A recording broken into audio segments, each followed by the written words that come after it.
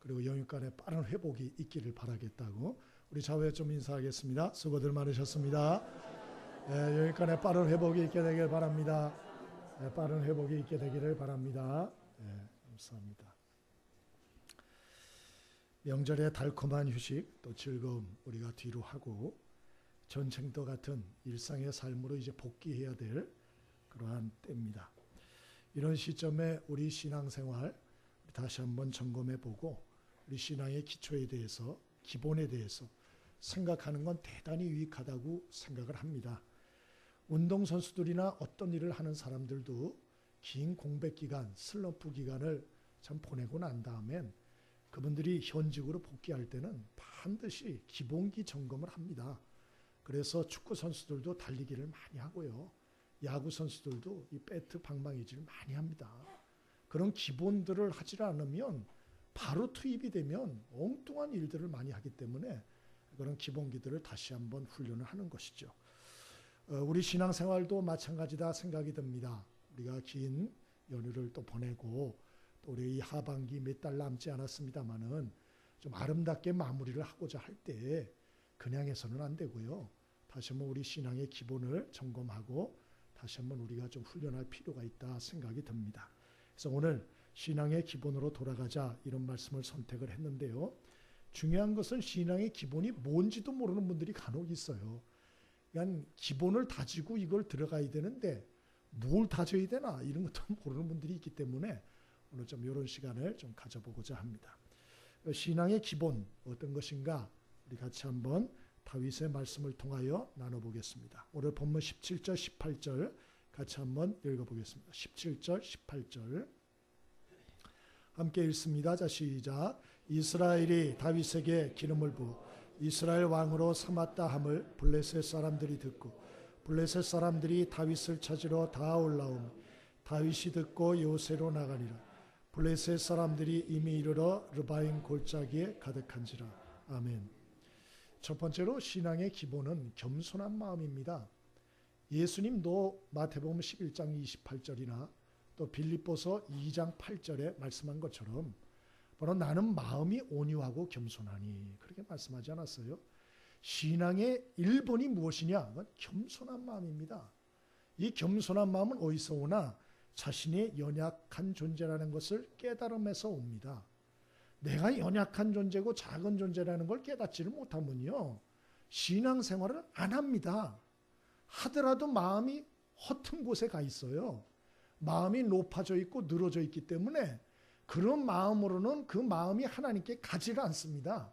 그래서 우리 신앙생활의 1번은 무엇이냐? 겸손한 마음을 가지는 것이죠. 오늘 참 다윗이 아시는 대로 사울왕이 죽이려고 해서 블레셋 땅에 1년 4개월을 망명 생활을 합니다. 사울왕이 블레셋과의 전투에서 길보아 전투에서 패배해서 전사를 하죠. 그리고 유대 땅 헤브론 지역에 이제 다윗이 올라오게 되는데요. 그곳에서 유다 지파의 추대를 받아서 유다 지파의 왕이 됩니다. 그래서 12지파인데 한 지파의 왕이 돼요. 그렇게 7년 6개월을 통치합니다.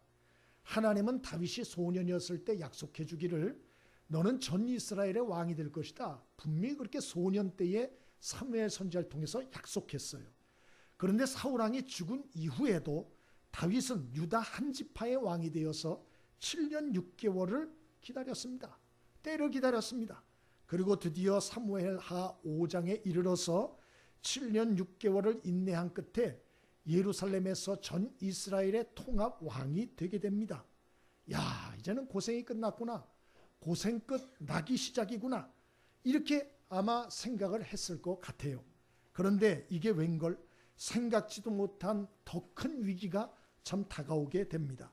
그것은 돌변한 블레셋 사람들이 대대적으로 다윗을 제거하려고 이스라엘을 침공한 거예요. 그것도 계획을 세우고서 한 번 침공한 게 아니고 2차 침공을 한 것입니다. 이럴 수가 있습니까? 다윗이 1년 4개월을 블레셋에서 망명 생활을 했습니다. 관계 좋았습니다. 그리고 올라와서 유다 지파의 한 나라 왕으로서 그가 7년 6개월을 통치할 때도 블레셋은 아무 반응이 없었어요. 그런데 다윗이 이스라엘의 통합 왕이 되자 블레셋이 전격적으로 참 이 다윗의 싹을 꺾기 위해서 침공을 한 것입니다. 아직 이 다윗은 이스라엘의 통합 왕으로서 자기의 정권이 안정이 안 돼 있고 국정도 전반적으로 국정을 파악하지 못한 상태입니다. 그런데 이걸 알고 쳐들어온 것입니다. 다윗이 초기에 약할 때 싹을 꺾고 아예 뿌리를 뽑자 이러고 달려든 것입니다. 아니 블레셋이 왜 이렇게 달라졌나 알 수가 없죠. 그러나 이것이 우리에게 가르쳐주는 그러한 큰 교훈이 있습니다. 그것은 인생 만사가 우리의 생각대로 되지 않는다는 것이에요. 우리는 이런 생각 저런 생각 이런 계획 저런 계획하지만 인생살이라는 것 자체가 우리의 생각과 계획대로 돌아가지 않는다는 것입니다. 그래서 잠언서 16장 9절에 사람이 마음으로 자기의 길을 계획할지라도 그 걸음을 인도하는 자는 여호와시다 이렇게 말한 것입니다. 여러분은 정말 자기 자신이 한 치 앞을 내다볼 수 없는 연약한 존재라는 것을 정말 절실히 깨닫고 있습니까? 정말 그것을 가슴 깊이 새겨서 알고 있습니까? 이게 중요한 거예요. 이거를 정말 뼛속 깊이 체득을 못하면은요 신앙이 갈 때 같다니까요. 조금 어려울 때는 신앙생활 하는 척 하다가 조금 풀리면 그냥 뭐 니나노 하면서 그 마음이 높아져서 하나님을 이용하려고 그러고 이렇게 신앙생활이 정결함이 없는 신앙이 될 수 있다라고 하는 것입니다. 그런 면에서 내 자신의 연약함을 뼛속 깊이 체득하는 것은 대단히 중요합니다. 어떤 분이 중고등부 시절에 가위바위보의 트라우마 이렇게 해서 글을 쓴 걸 봤어요. 중고등부 시절에 수련회를 갔다는 거예요. 수련회를 가가지고 레크레이션을 하는데 레크레이션 인도하는 전사님이 각 팀 대표가 나오라 그러더래요. 왜? 끝장이 안 나니까. 그래서 나와서 가위바위보로 결판을 내라고. 가지고 이분이 얼마나 부담이 되는지 이 팀의 운명을 내가 짊어지고 내가 가위바위보를 잘못하면 얼마나 욕을 먹을까. 그러고 이제 나가서 딱 하려고 그러는데 상대 팀장이 나오자마자 뭐라 그러냐. 내가 주먹 낼게. 그러더래요. 그러면서부터 머리가 복잡해지기 시작하더랍니다. 왜? 아무 소리 안 했으면 그냥 하면 되는데 내가 주먹 낼게 이러고 나오는 거예요. 계산이 시작이 되는데 그래? 그러면 제가 진짜 주먹을 내면 나는 보재기를 내면 되지. 근데 저놈이 날 속이려고 거짓말을 하면 내가 보재기를 내면 가위를 내면 내가 지잖아.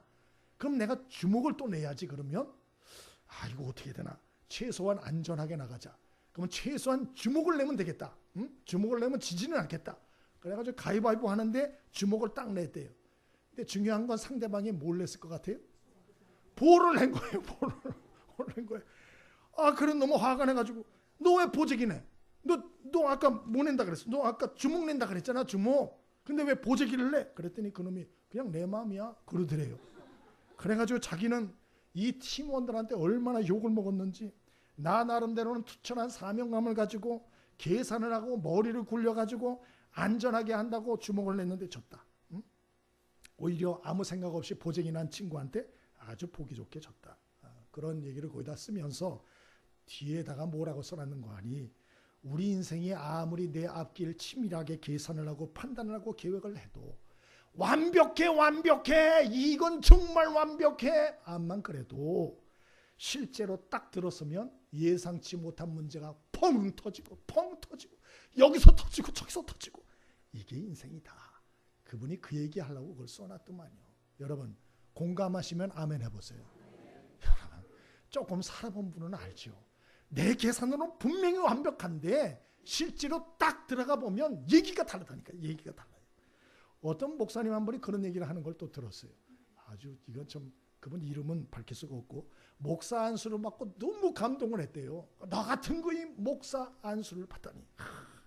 내가 내일은 새벽 기도를 나가리라. 응? 그래서 새벽에 새로운 마음을 가지고 새벽 기도를 하고 하나님 앞에 헌금을 드리리라.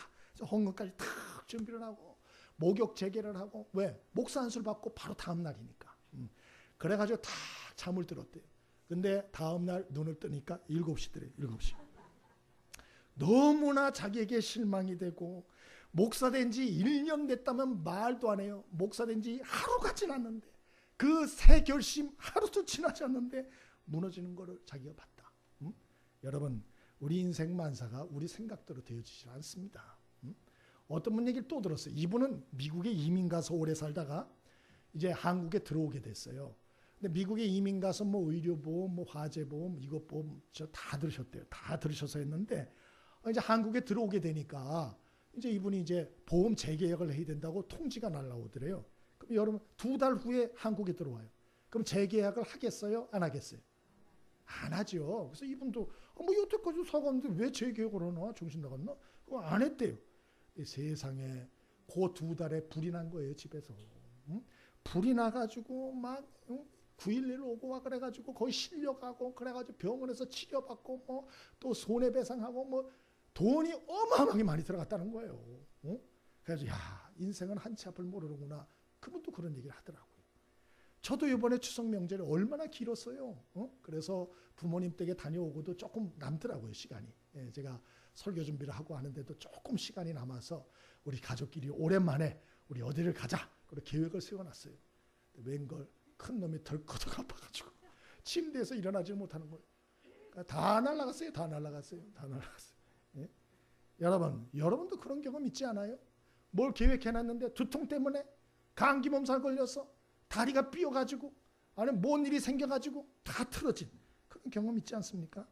다윗이 지금 이런 경험을 하고 있는 거예요. 이런 경험을. 그래서 다윗이 시편 23편 1절에 뭐라고 이야기를 하였죠? 여호와는 나의 목자시니 내가 부족함이 없으리로다. 나는 보니까 왕이 아니고 양이야. 양은 2, 3m 앞을 못 봅니다.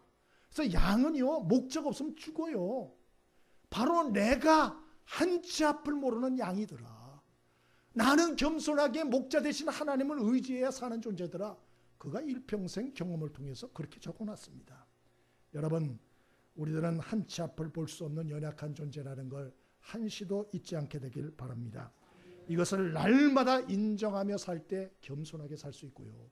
겸손한 마음을 가질 때 하나님을 의지하는 신앙이 시작되는 것이에요. 우리 옆에 분들에게 인사 좀 하시죠. 우리 겸손한 마음으로 사십시다. 하나님이 여러분에게 겸손함을 회복시켜 주시기를 바랍니다.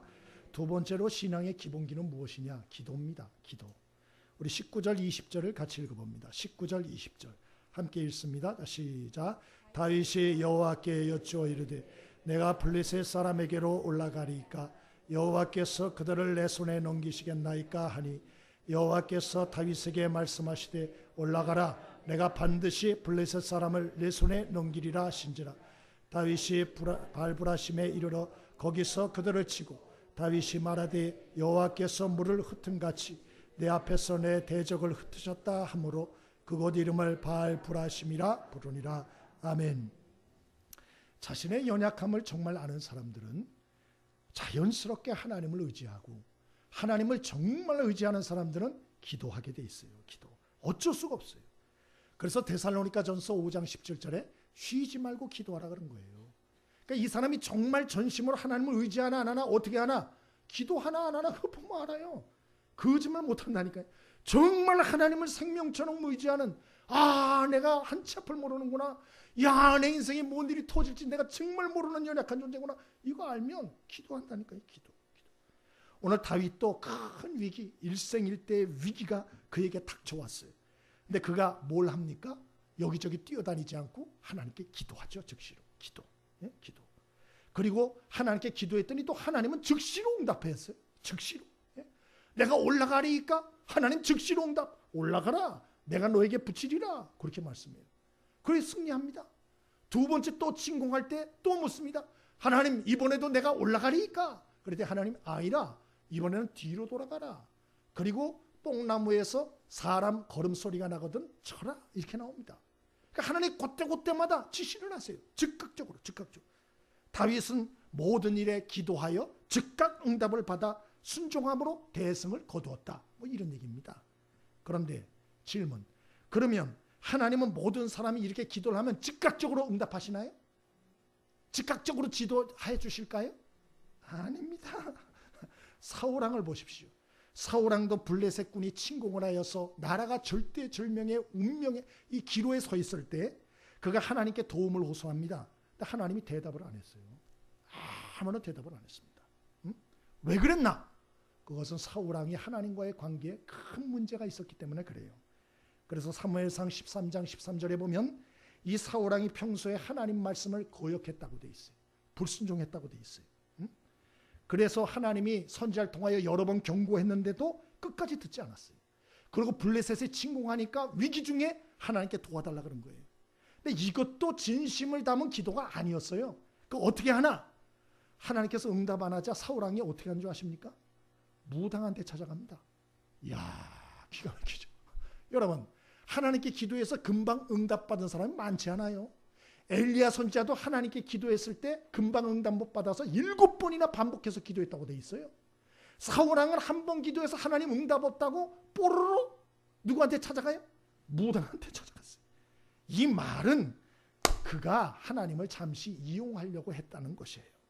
그는 정말 하나님을 의지하는 기도의 사람이 아니었다는 거예요.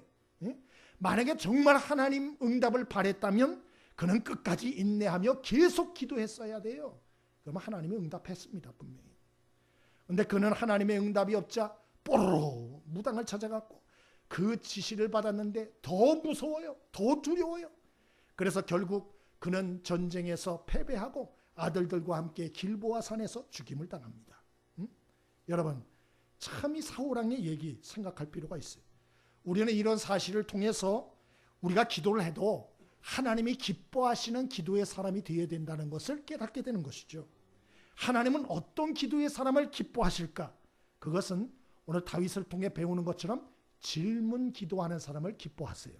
질문 기도. 질문 기도라는 건 무엇인가? 내가 다 결정하고 내가 사고 다 쳐놓고 내가 어려움 다 만들어 놓고 어쩔 수 없어서 마지막에 가서 하나님 도와주세요. 이건 아주 나쁜 기도예요. 아주 이건 참 사악한 기도입니다. 어떤 면에서. 물론 이런 기도도 강청 기도하면 하나님 들어주십니다. 그런데 하나님이 기뻐하시는 기도는 어떤 기도냐? 사고 치기 전에, 문제가 터지기 전에, 사업을 시작하기 전에, 계약을 맺기 전에, 집을 사기 전에, 직장 들어가기 전에, 물건 사기 전에 하나님 앞에 질문 기도하는 거예요. 하나님, 제가 이 직장에 들어가도 될까요? 하나님, 여기가 제가 살 곳 맞습니까? 좀 질문 기도를 하는 거예요. 질문 기도를. 자기가 평소 때 할 짓은 다 해놓고 사고는 자기가 다 쳐놓고 나중에 가서 하나님한테 뒷수습이나 해달라고 하는 거, 이거는 하나님이 기뻐하는 기도는 아니에요. 여러분, 하나님이 왜 다윗을 그렇게 기뻐했을까 생각을 해보셔야 돼요. 여러분, 자식들이 있습니다. 자식들이 있는데 평소 때 연락도 안 하다가 사고만 터뜨리면 전화를 하는 거예요. 따라랑 해서 얘가 왜 전화했나? 엄마, 사고 쳤어요. 내가 차를 들이받았는데 1,000만 원 나왔어요. 돈 좀 보내주세요. 됐어, 어디 있어? 안 그러면 나 죽어버릴 거예요. 1,000만 원 보내세요. 안 그러면 나 죽는 줄 아세요? 보내야죠. 보내죠. 근데 전화만 했다 하면 사고 치고 전화하는 거예요. 이런 자식이 이쁘세요? 아니면 평소 때 수시로 전화를 해서 아버지 어떻게 지내세요? 이렇게 얘기를 하고 제가 이렇게 뭐 이 일을 해야 되는데 어떻게 하면 좋을까요? 저 일은 어떻게 하면 좋을까요? 집을 사는데 어떻게 하면 좋을까요? 저거는 어떻게 하면 좋을까요? 그게 꼭 그 얘기를 들으려서 그런 게 아니고 그냥 여쭤보는 거. 예? 여러분, 이런 거를 부모가 좋아할까요? 안 할까요? 좋아해요. 굉장히 좋아하세요. 비록 내가 도와줄 수 없다 할지라도 그냥 그렇게 물어보는 것 자체만도 좋아해요. 좋아해. 예? 여러분, 저와 여러분이 지혜롭게 신앙생활 할 수 있게 되길 바랍니다. 지혜롭게 해야 돼요. 신앙생활도. 사무엘상 30장에 보면 다윗이 사울왕에게 쫓겨서 블레셋 땅에 1년 4개월 있을 때에 그때 거기서 큰 어려움을 당해요. 시글락이라고 하는 곳에서 이 일행들과 함께 있는데 그때 잠깐 어디 갔다가 돌아왔는데 아말렉군이 쳐들어와가지고 자기 가족들, 아들, 딸, 자기 아내 다 포로로 끌어간 거예요. 일행들이 너무나 기가 막혀서 웁니다. 그리고 다윗을 죽이려고 그래요. 그래서 다윗이 어떻게 하나? 하나님을 힘입어 용기를 내고 에봇을 가져오라 그러고 사무엘상 30장 8절에 보면 하나님께 기도했다고 돼 있어요. 하나님, 지금 내가 추격을 하면 저 아말렉군을 쫓아갈 수 있겠습니까? 묻습니다. 하나님은 즉시로 응답합니다. 쫓아가라. 내가 따라잡으리라. 그래서 그 말대로 따라가서 따라잡고 다 처단하고 다 찾아옵니다. 그 얘기가 사무엘상 30장에 나와요. 뿐만 아니고 사무엘하 2장 1절에 보면 그가 이 참 그 블레셋 땅에 있다가 사울 왕이 죽었다는 얘기를 듣습니다. 그러면 이제 이스라엘로 돌아갈 수 있잖아요. 그때도 하나님께 물어봐요. 하나님, 내가 유대 땅으로 올라가리까? 하나님이 대답합니다. 올라가라. 올라갑니다. 그래서 올라가서 유다 지파의 왕으로 추대를 당한 거예요. 그러니까 다윗이라고 하는 사람은 왕이 돼서 어려워서 그냥 하나님께 한번 물어본 게 아니고, 그가 소년 시절부터 시시때때로 문제만 있으면 하나님께 질문하는 기도를 했다는 것을 성경은 우리에게 알려주는 거예요. 그래서 하나님은 이 다윗의 기도를 굉장히 기뻐한 것입니다. 여러분, 저와 여러분이 하나님 앞에 하나님이 기뻐하시는 기도자가 될 수 있기를 바랍니다. 그래서 하나님의 여러 가지 뜻을 묻는 거예요. 하나님, 제가 이거 해야 되는데 어떻게 하면 좋겠습니까? 하나님 좀 알려주십시오. 하나님이 알려주기 전까지는 저는 아무것도 안 하겠습니다. 알려주십시오. 이렇게 하고 일주일만 지내보세요. 제가 장담합니다. 반드시 하나님이 응답하세요. 근데 문제는 뭔지 아세요? 조급해서 기다릴 줄 몰라. 일주일도 안 기다려. 일주일도. 참 이게 우리 문제입니다. 여러분, 이번에 제가 딸과 며느리의 차이점이라는 좀 글을 하나 읽었어요. 기분 나빠하지 말고 들으세요. 자, 며느리와 딸은 어떻게 차이가 나나? 첫째, 며느리 밥을 제때에 잘 차려 드린다. 시어머니한테. 그리고 밥을 잘 차려 드리고 문을 닫고 밖으로 나간다. 요거는 며느리예요, 며느리. 그럼 딸은 어떤가? 딸. 밥을 대충 차려 드린다. 어머니께. 그리고 밥 잡술 때 옆에 앉아서 옛날 얘기, 동네 사람 얘기, 이것저것 말을 걸면서 얘기를 많이 시킨다.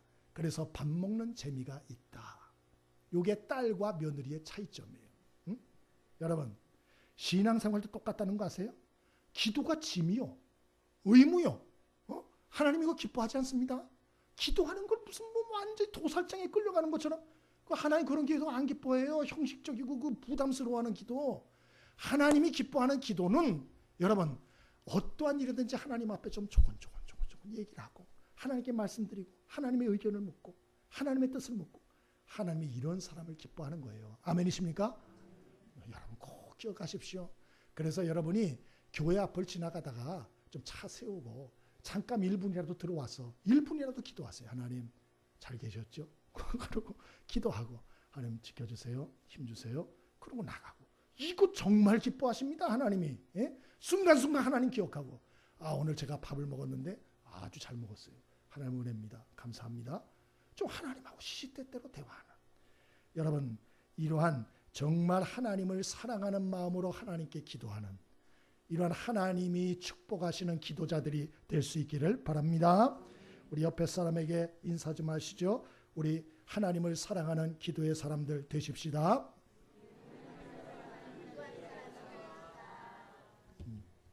이런 사람은 하나님이 주시는 응답과 기적과 축복과 역사를 많이 경험해요. 이 하반기에 그런 간증의 경험들이 많아질 수 있길 바랍니다. 자, 마지막으로 신앙의 기본기는 무엇인가? 우리 13절을 읽어봅니다. 13절 함께 읽습니다. 자, 시작. 다윗이 헤브론에서 올라온 후에 더 두었으므로 아들과 딸들이 또 다윗에게서 나니. 아멘. 우리 신앙의 기본기는 무엇이냐? 첫 번째는 겸손한 마음을 가지는 거예요. 자기 자신을 알고 겸손한 마음 갖는 거. 두 번째로는 하나님을 의지하여 기도 생활하는 거예요. 기도 생활. 마지막 세 번째로는 성령 충만한 가운데 사는 것입니다. 성령 충만한 가운데 사는 것. 오늘 다윗은 겸손한 사람이었고 기도하는 사람이었으나, 그러나 오늘 성경에 보니까 그도 불완전한 사람이었다 알게 돼요. 왜 그러나 13절에 다윗이 처첩을 많이 뒀다 이렇게 기록하고 있어요. 그러니까 다윗은 이 일을 이렇게 기록해 놓은 걸 보면 이게 잘못인 줄도 몰랐던 거예요. 신명기 17장 17절에 하나님은 왕들에게 많은 아내를 두지 말라 그랬어요. 근데 다윗은 아내들을 너무 많이 두는 거예요. 가서 그냥 툭하면 마음에 들면 그냥 데려오고 자고 막 이래 하는 거예요. 나중에 이런 성향이 어디까지 발달을 했느냐? 유분이어 밧세바를 간음하는 데까지 가는 거예요. 그래서 그 남편을 살인교사에서 죽이는 죄까지. 이게 어디서 시작된 거죠? 바로 이런 자기 절제 안 하고 이런 데서부터 시작이 되는 거예요. 뿐만 아니고 사무엘하 6장에 보면 하나님의 법궤를 예루살렘 성으로 드리는데 이때도 하나님 말씀대로 안 하고요. 하나님 말씀에는 레위 제사장들이 어깨에다 메고 법궤를 운반해야 되는데 거기 보면은 소수레에다가 이거를 싣고 막 덜커덕거리고 하는 거예요. 이게 덜커덕거리니까 못사는 사람이 손을 댔는데 하나님이 치셔서 즉사해서 죽었다 그렇게 돼 있어요. 그래서 이 다윗이 너무 놀래가지고 하나님의 법궤를 예루살렘 성으로 들여오는 것을 중단하고 포기해버립니다. 예? 여러분 우리는 이러한 사실들이 기록되어 있는 걸 통해서 뭘 배우는 거 아니? 다윗이 비록 겸손하고 기도의 사람이긴 하였으나 그도 타락한 죄성의 본성이 있는 사람이다 라고 하는 것을 다시 한번 깨닫게 되는 거죠. 성경은 사람이 어떤 존재라고 말하나 예레미야 17장 9절에 만물보다 거짓되고 부패한 것이 사람의 마음인데 누가 이를 알리요 이렇게 돼 있어요. 사람의 마음이 세상에서 가장 더럽고 추하고 부패했고 썩었다 그렇게 성경은 말해요. 예? 그래서 사람은 이 원래 죄를 져가지고 죄인이 아니고 그 죄성이 있기 때문에 죄인이에요. 죄덩어리다 성경이 그렇게 말해요. 그래서 가만 놔두면 어떻게 되나? 타락한 본성대로 죄만 짓게 된다. 예? 가만 놔두면 어떻게 되나? 타락의 길로 자기가 알아서 가요. 타락의 길로. 그게 사람이에요. 사람. 그래서 신약 성경에 하나님은 하나님 백성들에게 성령을 약속한 거예요. 거룩한 영을 너에게 부어주겠다. 그리고 로마서 8장, 에베소 5장, 6장, 갈라디아 5장에 성령의 충만함을 받아라. 또 성령을 쫓아 행하라. 이렇게 말씀을 많이 하고 있는 것입니다. 베드로전서 1장 3절에 보면 우리가 거듭난 것도 성령의 역사다 이렇게 되어 있어요. 여러분 우리 같은 죄 많은 사람들이 나는 죄인이야. 나는 예수 믿어야지. 하나님 믿어야지. 그리고 자기가 회개하고 자기가 예수 믿은 것 같지만 아니다. 그것도 성령의 역사다. 성령이 어느 날 내 마음을 감동해서 예수를 믿을 마음을 주시고 그리고 내 자신이 죄인인 걸 깨닫고 회개하게 하시고 하나님을 믿게 했다는 거예요. 예? 여러분 어떨 때 신기하지 않으세요? 내가 어쩌다가 이 교회에 앉아있지? 신기하지 않으세요?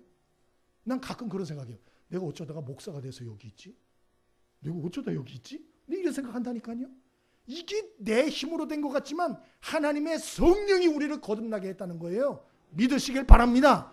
성경이 그 얘기를 해요. 그것뿐만 아니고 요한복음 14장 16절에 그 성령님은 예수를 믿는 자를 떠나지 않고 영원히 함께 해주신다. 왜 영원히 함께 해나? 도와주시려고.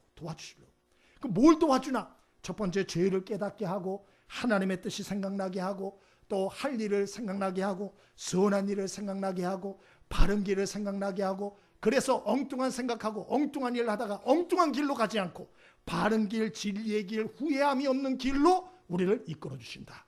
할렐루야. 성령이 이런 역할을 해요. 뿐만 아니고 사도행전 1장 8절에 성령의 능력을 주셔서 주님의 증인이 되게 하신다라고도 말했어요. 얼마나 감사해요. 선한 게 없는 우리들에게 하나님의 보혜사 성령님을 보내셔서 우리를 거룩한 길을 가게 한다는 거예요. 어떤 분은 그런 얘기를 하더라고요. 결혼해가지고 뭐가 좋냐 그랬더니 여러분 뭐가 좋으세요? 결혼해서 뭐가 좋냐 그랬더니 자기 편이 있어서 좋다. 뭐 그렇게 얘기를 또 하더만요. 그건 오해예요. 그 자기 편인 줄 알지만 안 그렇다니까. 진짜 어려울 때는 그게 아니에요. 그게 아니에요. 진짜 우리 편은 하나님밖에 없는 줄 믿으시길 바랍니다. 빨리 깨달으셔야 돼요. 그 얼마나 감사해요. 성령님이 우리 안에 오셔서 죄덩어리인 우리를 바른 길, 거룩한 길을 걷게 하시고 하나님이 원하시는 기쁜 길로 가게 하시니 얼마나 감사합니까? 내 편이 되어주시니. 예? 그러므로 여러분 성령님이 나와 동행하신다는 사실을 항상 인식하시고 그 도움을 날마다 간구하며 살 수 있게 되길 바랍니다. 그 성령님의 도움을 간구하면 그분은 쉽게 우리를 도와주세요. 왜? 우리를 감시하러 온 분이 아니에요. 성령님은 도와주러 왔다니까요. 그래서 도와달라고 그러고 그러면 우리를 도와주세요. 그 이성복 목사님이라고 돌아가셨지만 유명한 부흥사 목사님이 계세요. 이분은 평생 흰두루마기만 입고 다니셨어요. 흰두루마기. 수염도 턱 이렇게 나시고. 예? 근데 목소리는 좀 굵직하지 않으셨어요. 그래서 굉장히 제가 언밸런스다 이렇게 생각을 제가 어렸을 때 그래 했는데 흰두루마기 입고. 근데 이분의 특징은 추운 겨울에도 장갑을 안 끼신대요. 절대로 주머니에 손 안 집어넣으신대요. 그래서 어떤 분이 물어봤대요. 아니 목사님은 이 겨울 추운데 왜 장갑을 안 끼시고 왜 주머니에다 손을 안 넣으시고 그래 맨손으로 다니세요? 그랬더니 이 목사님이 그래 얘기했대요. 이 사람아, 주님이 내 손을 잡고 가시는데 내가 어찌 이 손을 주머니에 넣을 수가 있겠나, 그래 말하셨대요. 아주 유명히 회자되는 얘기입니다. 여러분, 우리는 죄덩어리라서 주님이 내 손을 10초만 안 잡아주셔도 이 죄가 나와요. 죄가 엉뚱한 게 나온다니까요. 예? 여러분, 이 이성목 목사님은 그렇게 우리 성령님을 의지하시기 때문에 끝까지 부흥에 인도하다가 돌아가셨어요. 끝까지 존경받다가 돌아가셨습니다. 저와 여러분의 인생도 끝까지 성령님의 손을 붙들고 달마다 그 도움을 구하며 사셔서 우리 인생의 마지막이 아름다울 수 있게 되길 바라고요. 특별히 2017년 이 한 해 아름답게 마무리할 수 있게 되길 바랍니다. 전쟁터 같아요. 인생이 이제 복귀하실 텐데 오늘 이 말씀 잘 기억하시고 다윗처럼 겸손하시고 하나님 의지하여 기도하시고 성령 충만함을 구하소서 삶의 현장에서 하나님의 도움으로 다윗과 같이 다 승리하는 귀한 분들 될 수 있길 바랍니다. 우리 옆에 사람 인사하시죠. 우리 믿음으로 승리합시다. 승리할 수 있게 되길 바랍니다. 우리 찬송 같이 한작하겠습니다. 191장 찬송입니다. 옛 찬송 427장 191장입니다. 191장.